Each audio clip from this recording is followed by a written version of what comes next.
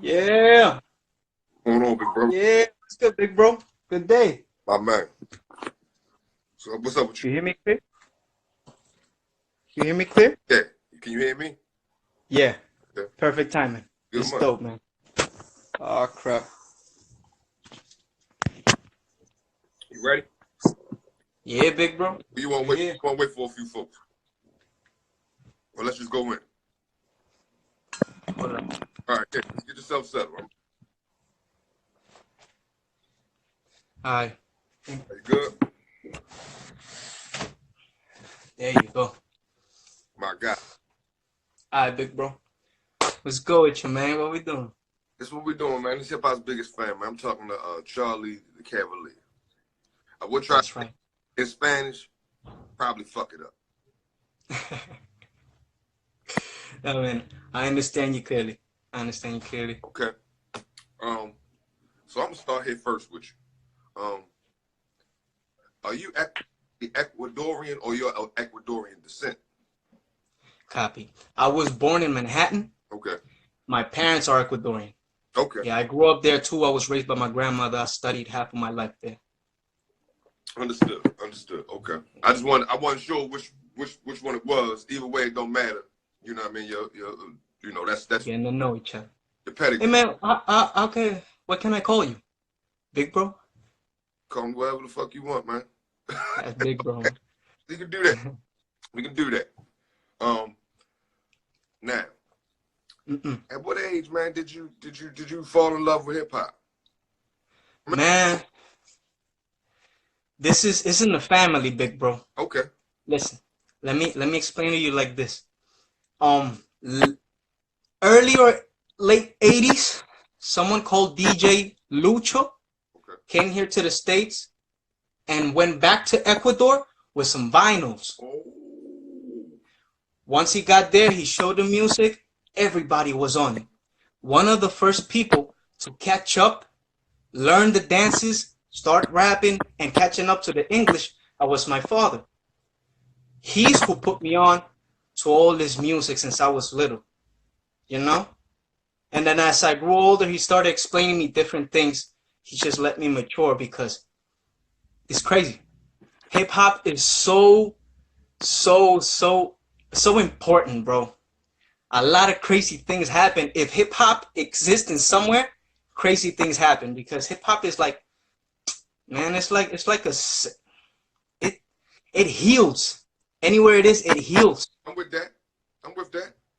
You're right. You feel me, man? Hey, It good. heals. So that's where I got my love of hip hop. My father was already into the culture. The culture. He would dress me nice. He would show me videos of rappers old school and stuff. Right. And then as I grew up, I found my own love for it. When I found out, oh shit, I can rap, Right. Right. and it feels good and all that.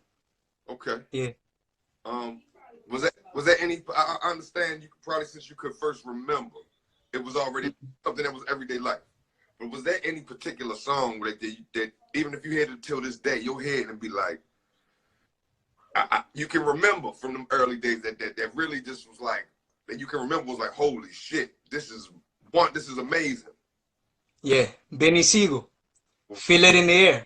Oh, okay. Oh, yeah. Feel it in the air. It was that sound. What was that sound? Like a couple years back from today, I found the name of the song. I don't know who sung it. I Okay. had forgotten.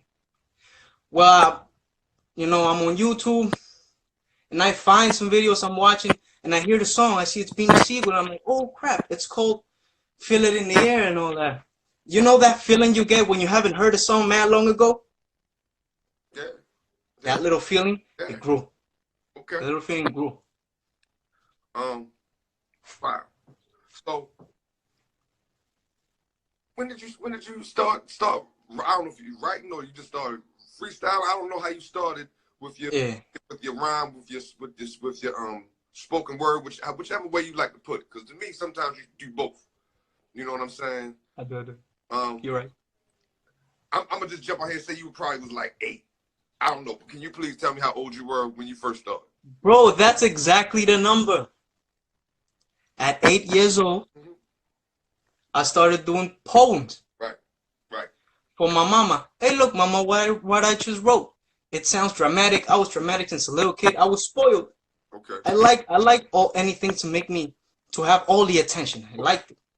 Right. Once I found out I could rhyme, I kept doing it. Right. You know, friends thought it was cool. The girls always hype you up. It was since little, since a little dude.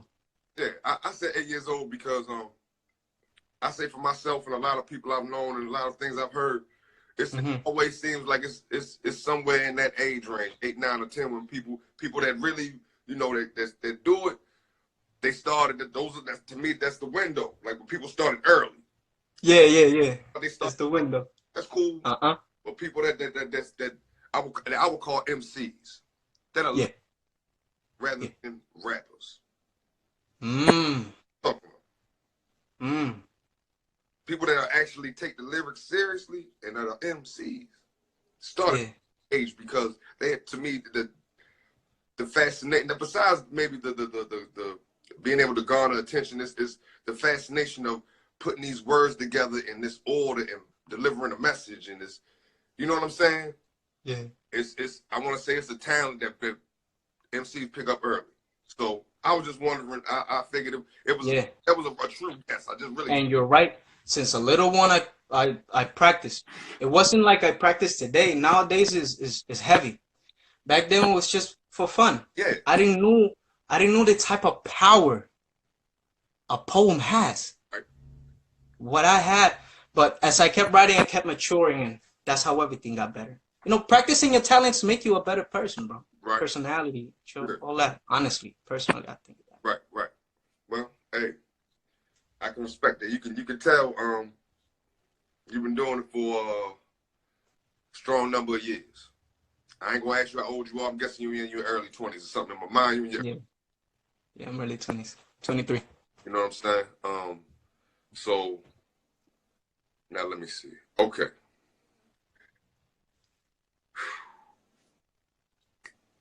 Now in Ecuador, yeah, in reference to hip hop, is it more of, how do I say this? Hip hop in the United States, or do they kind of do it on a reggaeton kind of business? Great question. Great question, big bro. Great question. I wish. You know what? I'm gonna after all this, I'm gonna send you a link to my father's account. Okay. That's the OG. Right. So you can have your own conversations with him. He has more details of all these stories. He knows every name still, all that shit. But let me say my point to answer your question. Over there, it was just like the old tone of rap. Right. You know, the old school tone of rap. It was the same over there. Okay. Same. It wasn't no reggaeton. Right. That came after. Listen. Right. All that, but in Spanish. It's same thing, bro. Right. Same music, it's just Spanish people dancing to it. Now, once they got adapted to it, you know, they got to play with it. I think it's more Caribbean, that reggaeton style. All right, touche. Because in Ecuador, the dances are different. Pasillo, balada, it's more, you know, elegant. It's not as acrobatic. It's not as hyperactive as hip hop, you know. Okay, all right, I got that. Hey, thanks to everybody that's joining and checking us out. You know what I'm saying? Talking to Charlie the Cavalier, this hip hop's biggest fan. We're doing an interview. You know, on Saludos, Luis. Right, yeah. If you see somebody say something, big brother, shout them out. If you know them, if you don't, whatever. You know what I'm saying? Capo times 24. What up, man? You know what I mean? Capo 24. Okay. You know them? All right. Whatever. That's love. That's love. We're here, man. You know, I ain't trying to get too deep in the conversation and forget people is you know, here and you know, here with us. Okay, so back then they kind of kept it on the, even when they, all right, so did they start making their own hip hop back then? It was more boom bap, to your knowledge, in Ecuador? Say that again? When they started making their own versions of hip hop. Yeah. Or boom bap initially. Yes. Back in the late 80s, early 90s, I guess. Yeah. It was boom bap. It was boom bap. It was boom bap, and you know, anything that was happening here in New York, somebody had to travel Yeah. and bring something from New York Yeah, to show it over there. you couldn't do this. Yeah, things have changed, bro. When I hear my father say all these things like, yo, today you can do all these things we couldn't do back then, I'm like, I respect you so much. Because in Ecuador, big bro, a third world country is tough to live in. Bro. People would get arrested for breakdancing. Shit is crazy. Wow. Shit is crazy. Wow. Remember, all these things happening with police brutality here in New York, same thing in Ecuador, bro. Same thing in Ecuador. Wow. Anything been happening, man.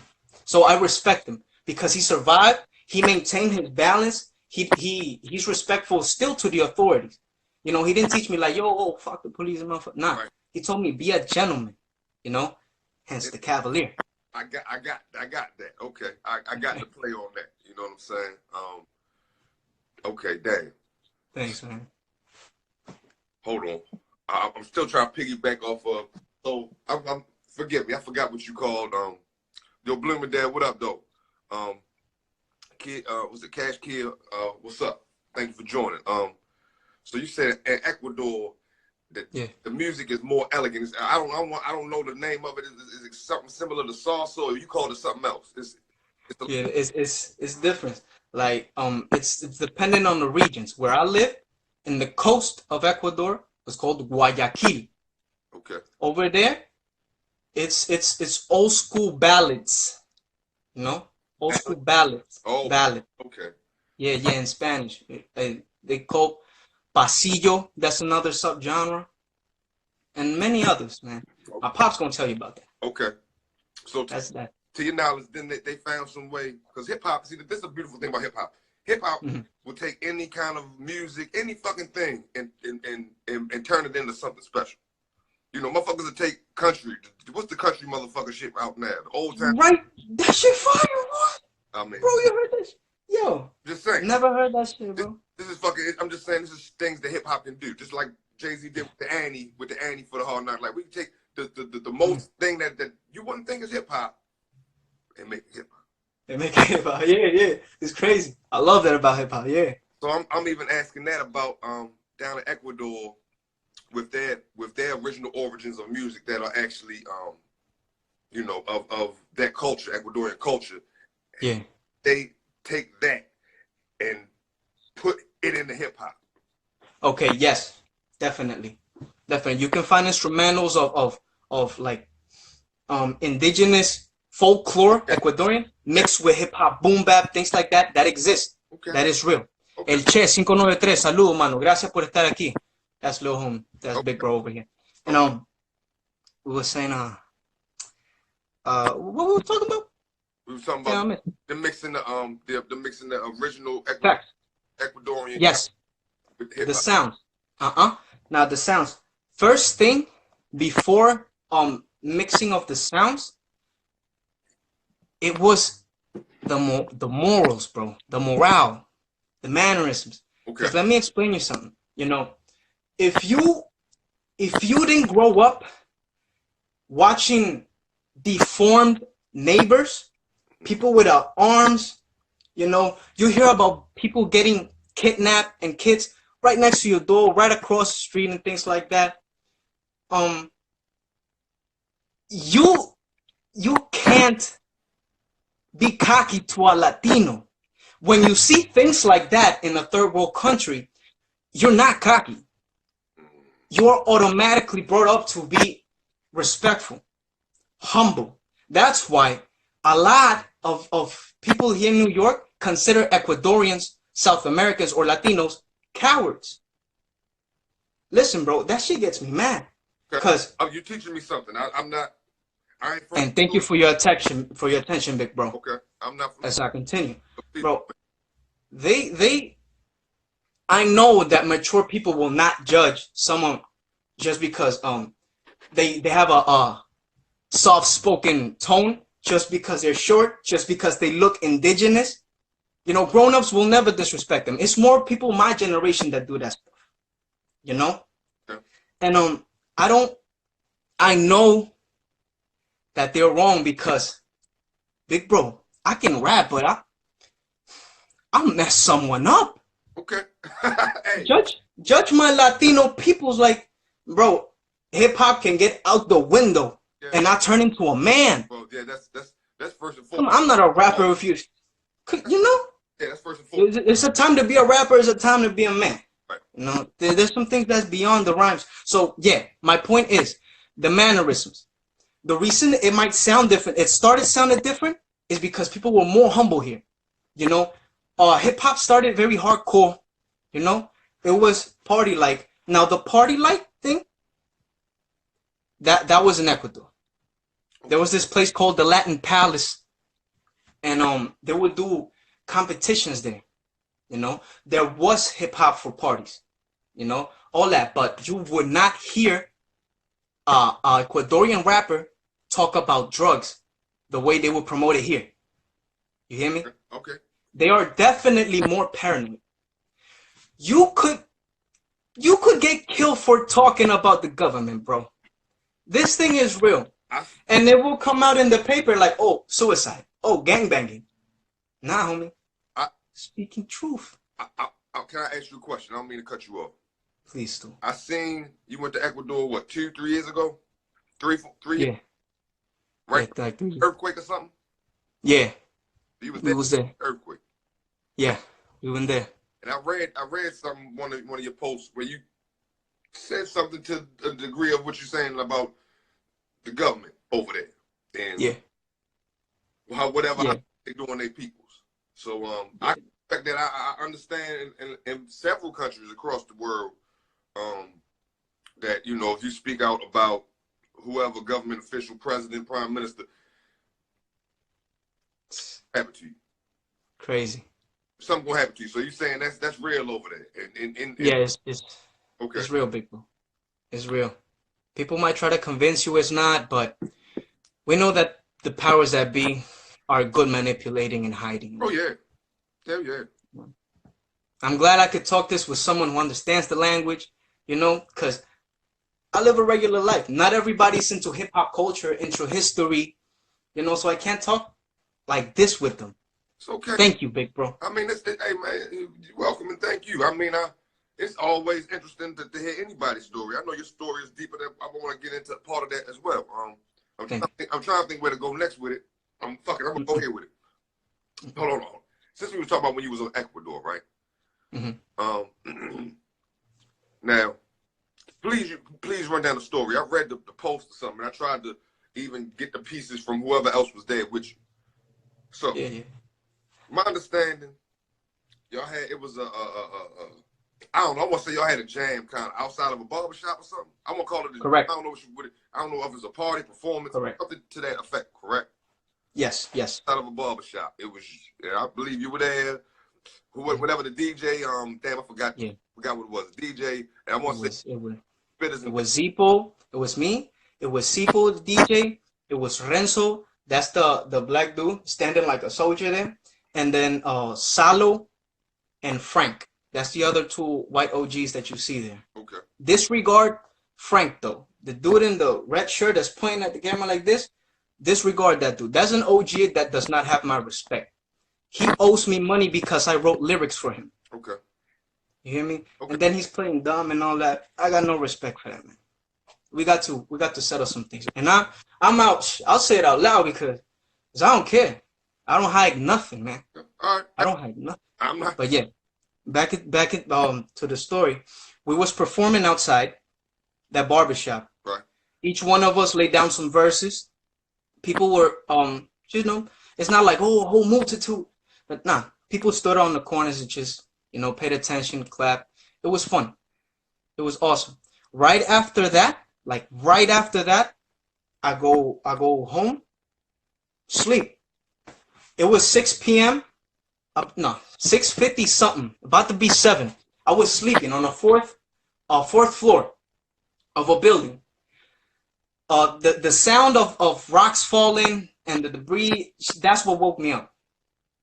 I woke up to the house shaking and all that, so I'm starting to run outside. I see my aunt, all right, Renzo's wife.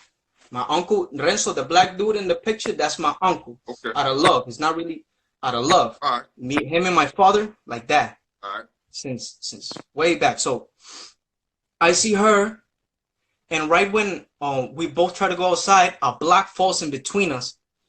Right when that shit falls, we get scared, and she screams, "My daughter!" I'm like, "Oh shit!"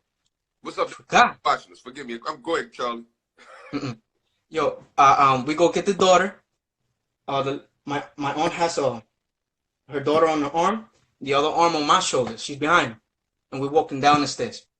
Everything there, that little moment, I had nothing in my mind. Right. I don't know what to do. I was scared. I got out the building without shoes, bro.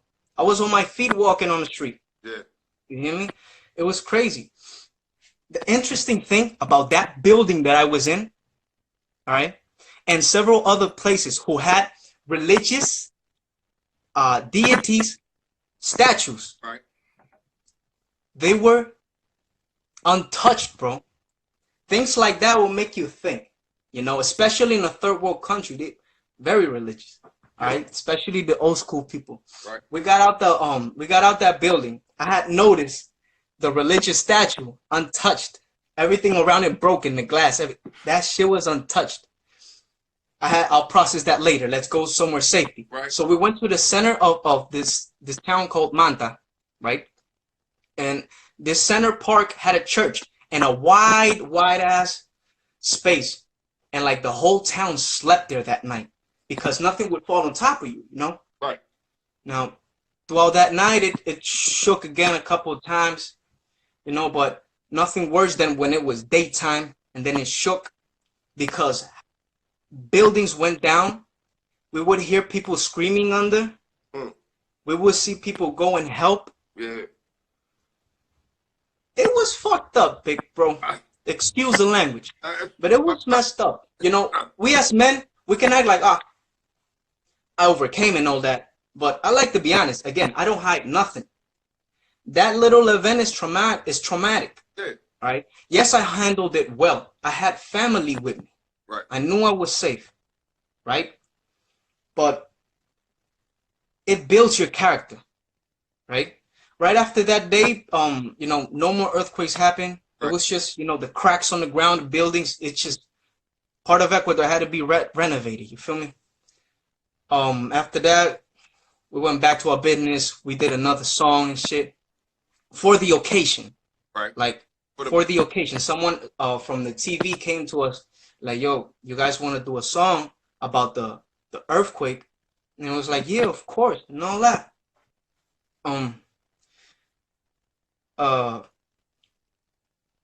Mind you, we did a 7-minute long song.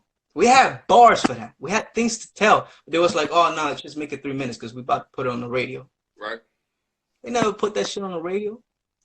We never got paid. They never interview us, nothing. Right. Man, that producer is called Milton Moreno. Fuck that motherfucker. Okay. Fuck. Fuck that motherfucker. He disrespected me. You hear me? He because I'm in there, laughing. Sure. I'm the New York dude. When you're foreign in Ecuador, you're looked at as food. Yeah. As look at this pretty face. He won't survive the mosquitoes here in Ecuador. He won't survive the bullies here in Ecuador. Look at this pussy. This kid is spoiled. That's the type of attitude people will look at you. Okay. If you come from somewhere else in Ecuador, you are food. So I had to make myself be respected everywhere I went. Okay. This man looked at me crazy and said, "I don't like people that laugh at tragedies." And he pointed at me, but he didn't make it too obvious. That little shit, I'm not gonna get into much detail because as a man, you recognize the small details. That's between you and the disrespectful man. Feel me? Small things. So when he said something crazy to me, I looked around like, should I slap this man? Nah, man, let me calm down. Let me calm down, because here's the beauty of hip hop, man. We was about to make music for the people. Now the song went online. I promoted it online. Everybody else did their part. I had to get my verse first before I let off my wrath on this man. Because I'm treating this man with the utmost respect. He's judging me just because I'm smiling. I'm laughing in the studio. I'm having fun in the studio. I'm supposed to be sad because we had an earthquake? Yes, but I'm going to be sad 24/7? No. Fuck out of here. I need to overcome. I got emotions. I got felt. Hear me? You hear me? Hear me? I don't hear you, man. Can you hear me?